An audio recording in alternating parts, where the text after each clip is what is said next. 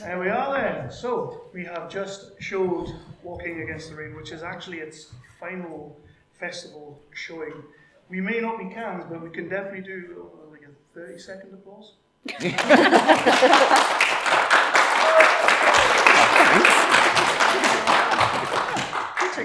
I'll take that. Yeah. So, yeah, let's go down the line, let everybody know what you did on the movie, and Scott Lyus, I am the writer, director, and co-producer of Walking Against the Rain. Hi, I'm Sophia Elena, and I played Blair. Oh. Hi, I'm Chris Nials. I co-produced the film with Scott. Hi, I'm Mel Morley. I'm the assistant producer and assistant director. Hi, I'm Francesca Louise White. I played the Drifter. So Scott, where did the idea for this movie come from, the original seed? Oh, very good question.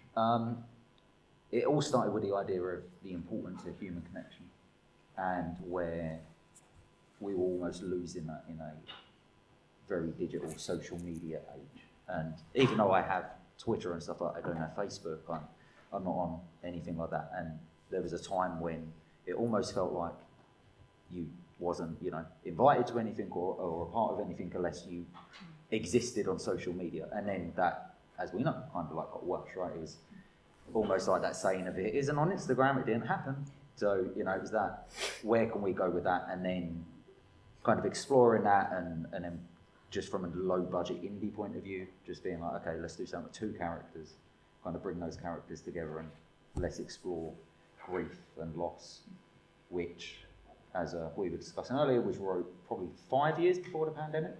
So this just become shockingly relevant in the last few years.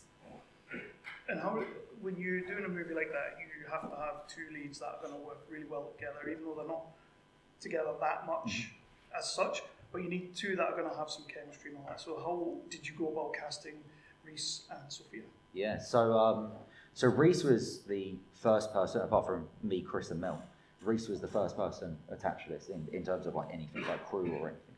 And that will come from, me and Chris saw a film called Cruel Summer, which he was in, and I thought he was really outstanding, Cruel Summer, and Chris actually knew someone that made that film, so he got in touch with him and just kind of floated the idea, would he be interested in it? And then with Blair, that was like a lot more complicated because we were like shopping the film around for a lot, and we were always told like, okay, well, if it's for a certain money, you're gonna either need to like swap these around, maybe Tommy's got to be, an actor of, a certain stature, or maybe it's Blair, maybe it's the old man, like whoever it is. Long story short, that all fell apart. We had to do this on, I think 25% of the budget we originally had. And then it was really freeing actually, because it's like, right, I'm just going to cast across the board people that I trust and I know, and I had just done a short film with Sophia. And we got along like a house on fire with it, and we really trust each other in that. So straight away, I just messaged her and said, right, I think there's an opening to do this, and would you be interested? And thankfully she was. And oddly enough, the same thing happened with Francesca and John. So Francesca, you were pretty much the dirtiest character in this movie. Not in that way. So, Well, tell us a little bit about your character and how you came on board.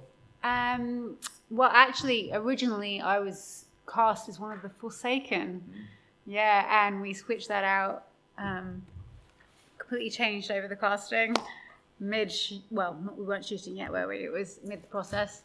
And basically, Vicky, the costume designer, and Maria Pavlo, the makeup artist, were incredible and spent like 2 hours making me that dirty.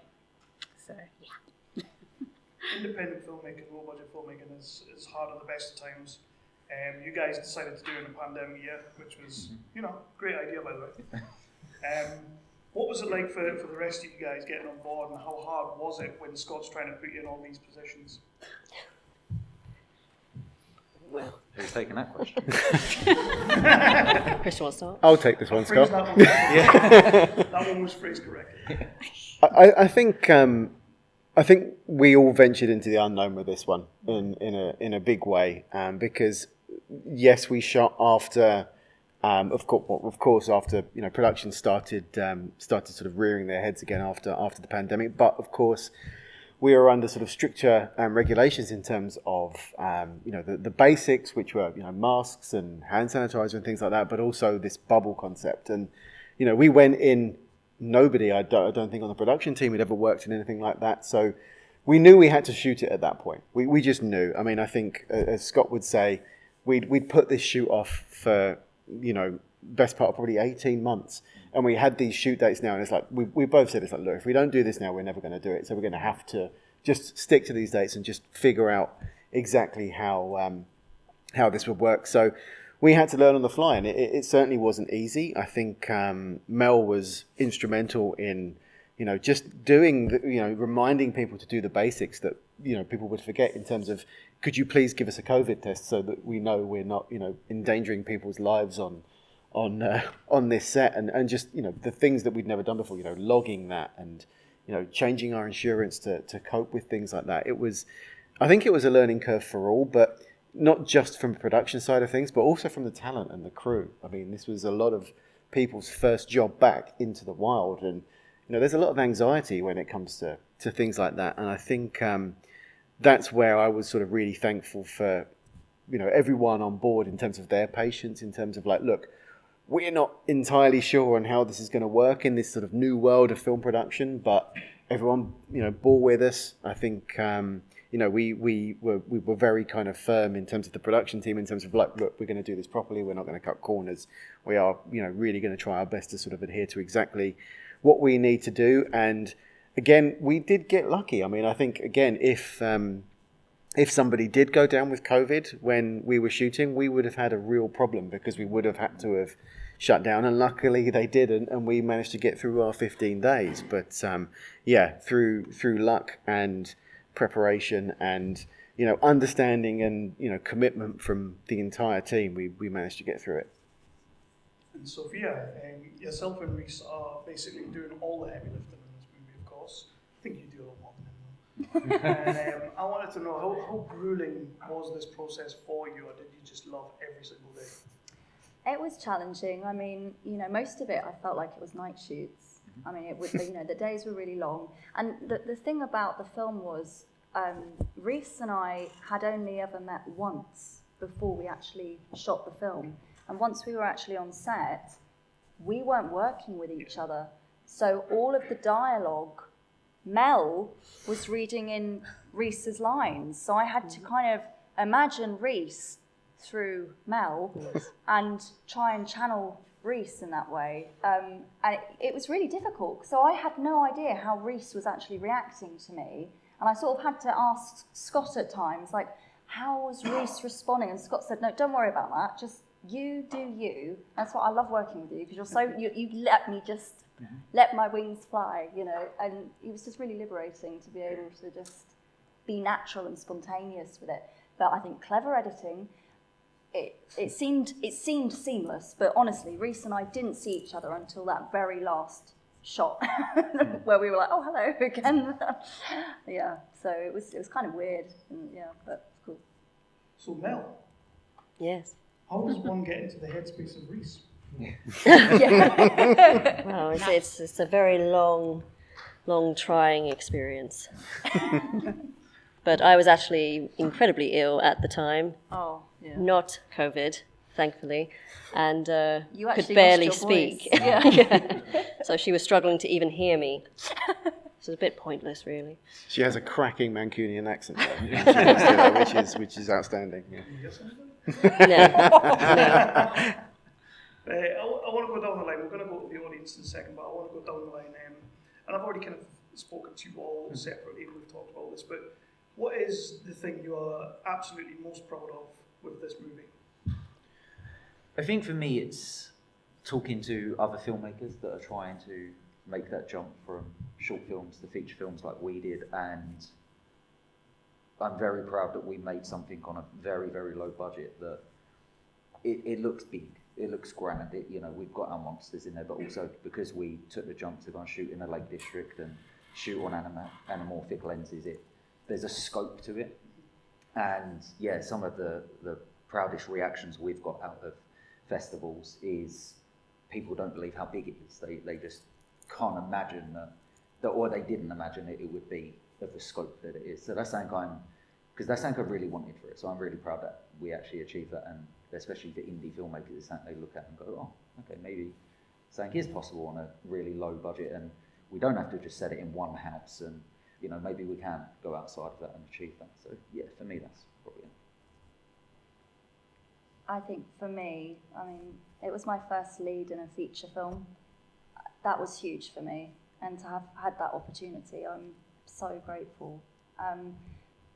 But for me, I think it was just playing that role and Scott giving me that freedom to just be spontaneous was so freeing as an actress.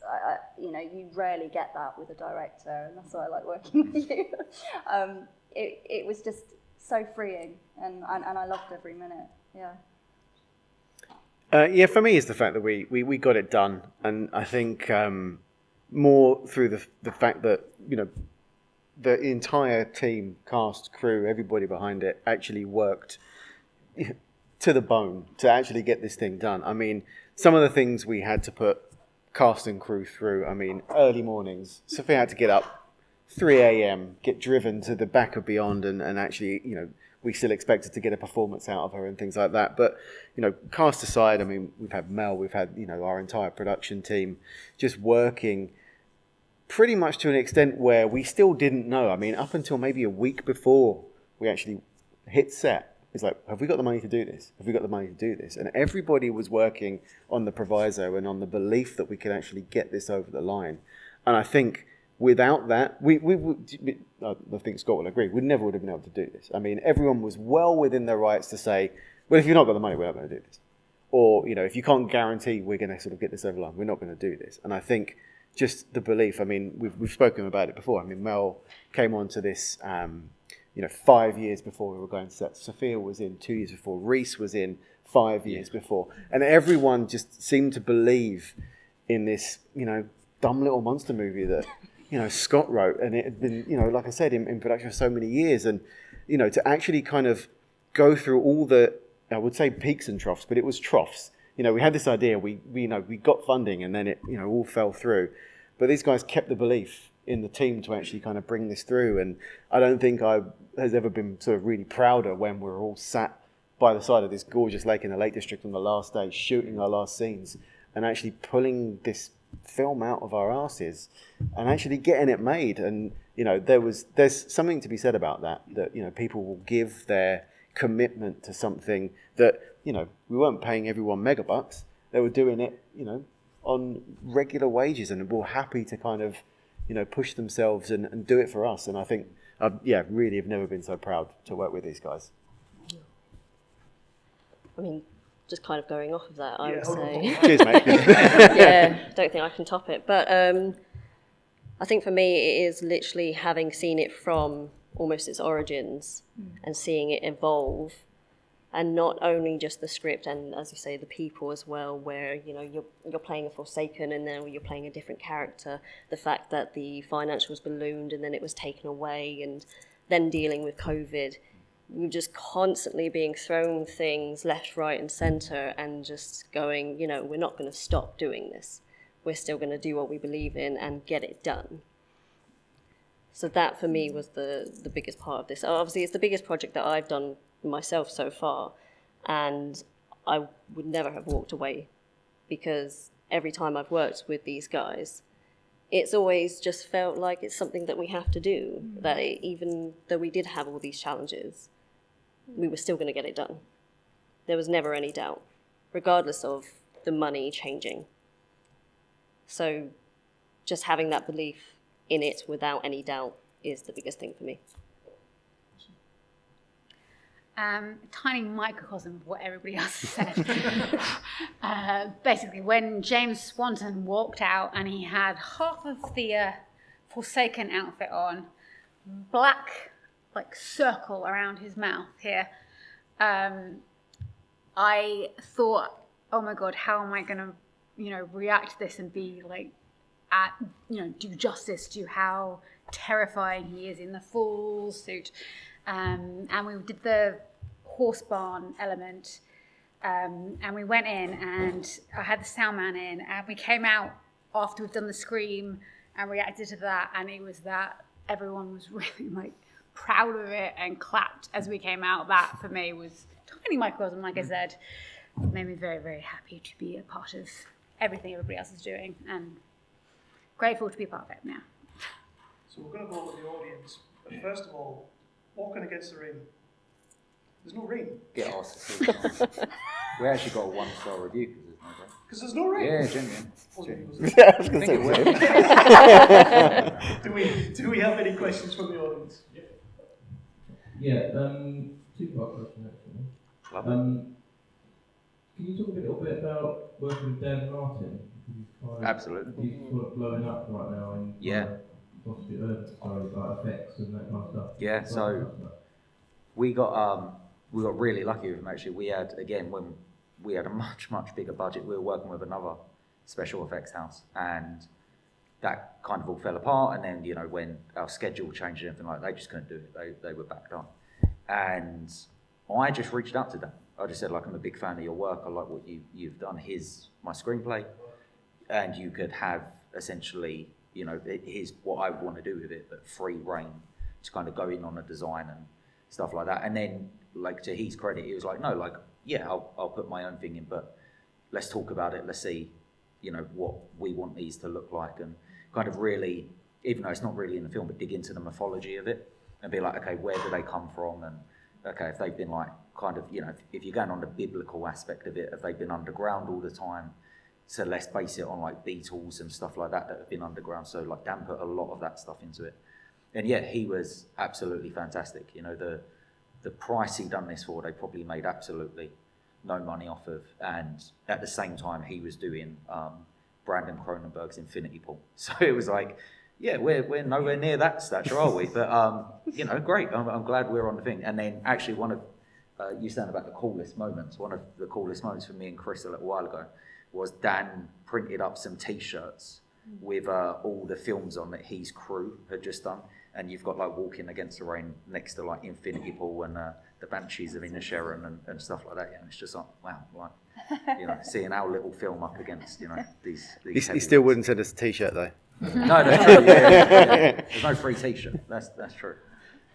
The second part of it was, I heard a little story about Tom Cruise the other day. Would you like to Who let that one out? talk about a little running with Tom Cruise maybe on this? Yeah, That sure. was fun. Can we? Do you want this one, Chris, or me? No, go on, you Yeah? go. All right. So, again, because we moved schedule, so the very, very final scene is at this lovely place called Lake Buttermere. And it is owned by a family. That whole kind of land is owned by a family. And we had a deal with them that went back probably 2 years at this point to film there. And we were filming. We were like a week into filming, a week and a half into filming, and then I got an email off the lady who we were hiring the land off of, and she said, there's another production company that want to come in. They have basically offered to buy us out of the agreement we have with you and everything like that. But they're so lovely up in the Lake District. They don't really care about like any of that. They don't care about the flash or the money or anything. It's about principle for them. So for them, it's like, no, we agreed with these people. We'll talk with them and we'll see what we can do. So she said, look, I've just said, if you're up for it, I'll put you in touch with them. I said, okay, fine. So then I get sent this email and like stuff I've got to, you know, sign and that, and then I get a phone call, and the guy's like, hi, I'm the producer of Mission Impossible. And I'm like, oh, damn. this ain't going to go well, is it? So then a few days later, me, Chris and Mel had to kind of go up to Lake Buttermere, which has now been taken over by Paramount and Tom Cruise. And again, the size of our production, which is a handful of people with no makeup trucks, nothing like that, and they have, I think it was like 5 catering trucks, all these different makeup trucks, like all these helicopters. It's just you're seeing how the other half live. At that point, you're like, okay, this is what filmmaking really is. You know, we need to get that. And to their credit, they were great. They said to us, okay, how can we can't move our date because we've got everyone in the Lake District, and this is our final day. To send everyone back is essentially like, it's going to cost an absolute fortune to get everyone back. So like, no, we understand. Let's see how we can work this out with you. And it was on the caveat of you can come in and do it, but Tom Cruise is going to be jumping out of a helicopter above you. Okay, so let's see how this one works. And it was. So the whole day we were filming, and we just would look up, and there's Tom just doing his thing. He was literally jumping out of the sky. Literally, yeah, Like, it was ridiculous. It was fantastic. And then we get to what's essentially going to be the final shot, right, where Sophia and Reese are walking away from the cabin. It's just exploded, and there's this lovely, like, again, just like lightning in a bottle moment where the weather has changed, and now, like, it looks like this biblical thing's about to happen. And we're like, right, let's go and film this, and we're going to have it. And the sound guy's like, oh, hold on, I can hear the helicopter taking off. And we're like, oh, no, that's fine, because it's taken off all day. And it's going to fly this way. And then we're watching it, and it's coming straight to us. And we're like, well, this ain't right. What's happening? And then it circles right in front of us on the lake bank, soaking us, right, just covering us in all the spray. And we look up, and Tom's just like, all right. That was it. Just flew off. It was and we're like, so great. surreal, wasn't it? That's okay. Yeah, thanks, Tom. Thanks. I think It should be. Was, yeah. I think I'm going to try and get him to do commentary. Yeah. Yeah. The flip side of that as well is that where we were filming, one of the provisos is that where the house was, is that it was a throughway, so we couldn't close it off to public access. And very quickly, obviously, when you got Tom Cruise in the Lake District, the word gets around. So there was quite the crowd of people sort of crowding around, trying to sort of get a glimpse. But what people obviously didn't realise, and what we didn't realise, is where our sort of base was a good, like, 5-minute walk from where we were actually shooting. So we were James was getting into his monster gear in this house. And we had to walk him up the road for about sort of 7 minutes. And so all these people, obviously they're there for Mission Impossible. They don't know that Walking Against the Rain is being filmed, just further up the road. And there are all these people like kind of crowding around. And then all of a sudden, James comes out in his monster outfit, goes walking up the road. And you just see these people. It's like, oh my God, there's a monster in the new Mission Impossible movie. This is going to be amazing. We fully expect that to be like front page of the Sun. Yeah. Tommy's lost it. So funny, This is, Vanity They Fair were or like literally, Variety. like, Just, pointing, yeah. weren't they? Like, Yeah, great. but it was, fun. Fantastic. Well, I say fun, like, It was funny. It was a funny weird, memory. It was a weird good couple of experience. days. It was Yeah. a good experience, Yeah. So that's what was coming. There you go. There you go. Yeah, it was Tom Cruise. See what I did there? Absolutely love the film. Do you think you'd make a sequel? Because it's just screaming out. This is the question of the weekend, this one is. So I originally envisioned the whole thing as a trilogy, actually. If we do go back and do, so the next project won't be part 2, or chapter 2, as it would be called. But yeah, hopefully one day we'll go back and revisit it, but the budget would be way, way bigger than, there's a lot more monsters I would want to do, and sea creatures and all this kind of stuff. So there's a lot of stuff I'd want to really dive into, but it's a lot of money. So yeah, but hopefully. But we've been talking about maybe a graphic novel or something like that, exploring the world. Yeah, a few people have asked for that. So Was that you asking me to help you write it? it will. Anyone else? No? Can't see beyond the lights. No. Right, well, with that, thank you so much for Thank you. submitting again, letting us show it up on the big screen. Thank you you. for being here, of course. And again, we're not canned, we can maybe 40 seconds? Can we go for that?